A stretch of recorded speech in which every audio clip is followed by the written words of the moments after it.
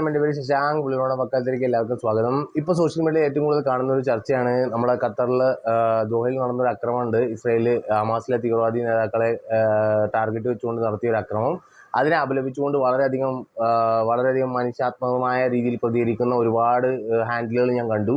അപ്പോൾ അതിനെക്കുറിച്ചാണ് എനിക്ക് രണ്ട് വാക്ക് സംസാരിക്കാനുള്ളത്.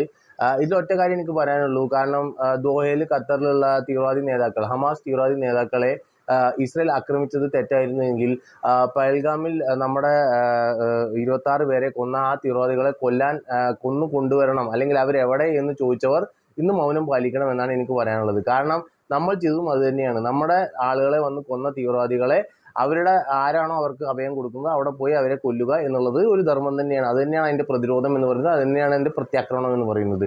ഇതിനെ അനുകൂലിക്കുന്നവർ അല്ലെങ്കിൽ ഇതിനെ വിമർശിക്കുന്നവർ, ഏതായാലും അനുകൂലിക്കുന്നവരാണെങ്കിൽ ഇതിനെ വിമർശിക്കില്ല, ഇതിനെ വിമർശിക്കുന്നവരാണെങ്കിൽ അതിനെയും വിമർശിക്കണം. അതേപോലെയാണ് സംഭവം. മനസ്സിലായില്ലേ? ദോഹയിലെ വിമർശനമാണെന്നുണ്ടെങ്കിൽ പഹൽഗാമിലെയും വിമർശിക്കണം. അതേപോലെ തന്നെ പണ്ട് അമേരിക്ക ഒസാമ ബിൻ ലാദനെ പാകിസ്ഥാനിലിട്ട് തീർത്ത പോലെ അങ്ങനെ ഒരു സംഭവമാണ് ഉദ്ദേശിക്കുന്നതെങ്കിൽ അതിനെയും വിമർശിക്കണം. കാരണം അതും അങ്ങനത്തെ ഒരു സംഭവമാണല്ലോ. എന്തുകൊണ്ട് അവിടെ പോയി ആക്രമിച്ചു? ഒസാമ ബിൻ ലാദൻ പാകിസ്ഥാൻ അഭയം കൊടുത്ത ആളാണ്. അദ്ദേഹത്തിന് എന്താ ആഗോള തീവ്രവാദിയുടെ പട്ടമുണ്ടോ? ഈ ഹമാസ് തീവ്രവാദികളെ പോലെ അദ്ദേഹം ഒരു തീവ്രവാദിയായിരുന്നു? അങ്ങനെയൊക്കെ വിശകലനം ചെയ്ത് നമുക്ക് പറയാമാണെങ്കിൽ ആഭ്യന്തര വിസ്മയങ്ങളായിട്ട് നമുക്ക് വേണമെങ്കിൽ സംസാരിക്കാം. അപ്പൊ ഇതൊക്കെ കണ്ടിട്ട് വേണം നമ്മൾ ഇതിനെക്കുറിച്ച് അവലോകനം ചെയ്യാൻ അല്ലെങ്കിൽ വിശകലനം ചെയ്യാൻ. അല്ലെങ്കിൽ വെറും സൂടാപ്പി അല്ലെങ്കിൽ വിസ്മയമായിട്ട് നമ്മളിതിനെ കാണാൻ പാടില്ല എന്ന് മാത്രമേ എനിക്ക് പറയാനുള്ളൂ. ദോഹയിൽ ഇസ്രായേൽ നടത്തിയത് അദ്ദേഹത്തെ പ്രധാനമന്ത്രി നെതന്യാഹു തന്നെ പറഞ്ഞിട്ടുണ്ട്. നിങ്ങൾ തീവ്രവാദികൾക്ക് അഭയം കൊടുക്കുകയാണെങ്കിൽ അവരെ നീതിക്ക് മുമ്പിൽ കൊണ്ടുവരില്ല എന്നുണ്ടെങ്കിൽ, അവർക്ക് ശിക്ഷ നടപ്പിലാക്കാൻ നിങ്ങൾ സമ്മതിക്കില്ല എന്നുണ്ടെങ്കിൽ ഞങ്ങൾ നടപ്പിലാക്കും.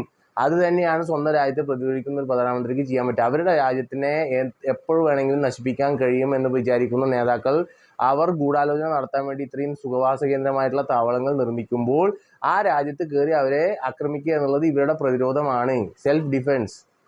അതൊരു കുറ്റകൃത്യമല്ല. അങ്ങനെയാണെന്നുണ്ടെങ്കിൽ ഇന്ത്യ പഹൽഗാമിൽ വന്ന തീവ്രവാദികളെ ആക്രമിക്കാൻ വേണ്ടി പാകിസ്ഥാനിലെ ടെററിസ്റ്റ് കേന്ദ്രങ്ങളിൽ ആക്രമിക്കാൻ പാടില്ലായിരുന്നു. അതിനെയും വിമർശിക്കണം. അങ്ങനെ വിമർശിച്ച ഒരുപാട് പേരുണ്ട്. അവരെ കൊല്ലണം, അവരെവിടെ എന്നൊക്കെ ചോദിച്ചവരുണ്ട്. അന്നൊക്കെ ഇവരൊക്കെ മോനാണ്.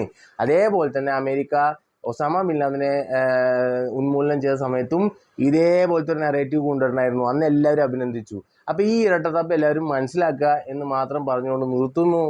നന്ദി, നമസ്കാരം.